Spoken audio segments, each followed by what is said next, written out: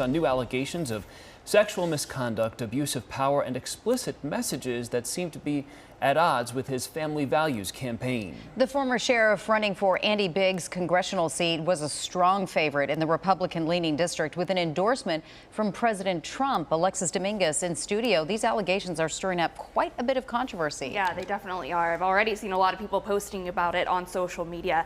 And if you haven't seen it already, this ad is direct, it is relentless, and it is also kind of graphic. It began airing just days after reports surfaced accusing the former Pinal County sheriff of inappropriate sexual behavior, threatening women who spoke out and sending racist and homophobic messages. Now, with early ballots going out, his Republican opponent is trying to turn these allegations into a defining issue. Mark Lamb is a disgrace, an embarrassment, and unfit for office. This ad from Republican congressional candidate Daniel Keenan pulls no punches. I'm Daniel Keenan, and I approve this message. The spot makes reference to some troubling accusations against former Pinal County Sheriff Mark Lamb.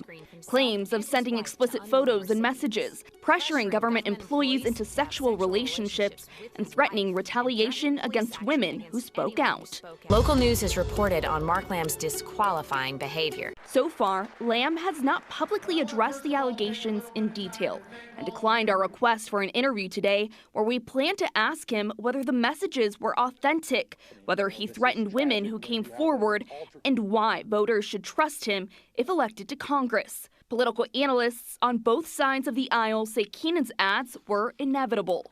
He's just got to hammer that for the next, month and a half. Right, and just see what happens. But Democratic strategist Matt Grotsky says despite the controversy, Lamb's endorsement from President Donald Trump could still insulate him, even against another GOP candidate in this deeply red Republican district. But I'd be surprised if it actually changes the outcome.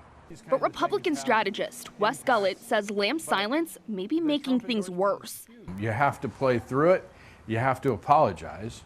All they've said is this was 10 years ago. Well, that's not good enough. Gullett says the allegations directly undercut Lamb's image as a conservative family values candidate. You don't want to be a hypocrite.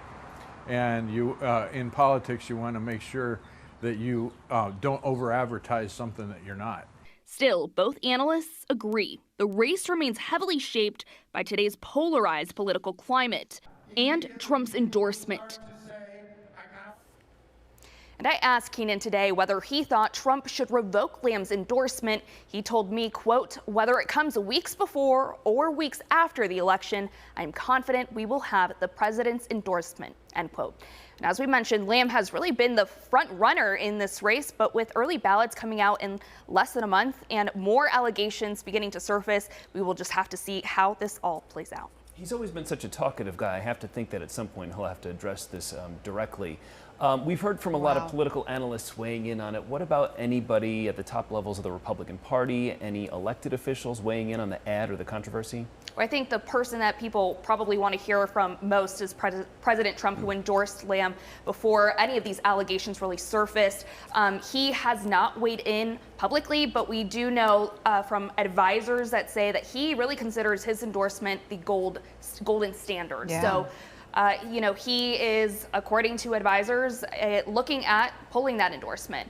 When it comes to some of the candidates who are trying to become our next governor and are in that race, we have heard Andy Biggs say that he is waiting until he gives some kind of judgment.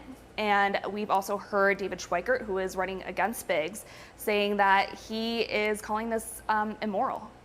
Wow. Right. I don't know. That's going to be a hard one to come out from under.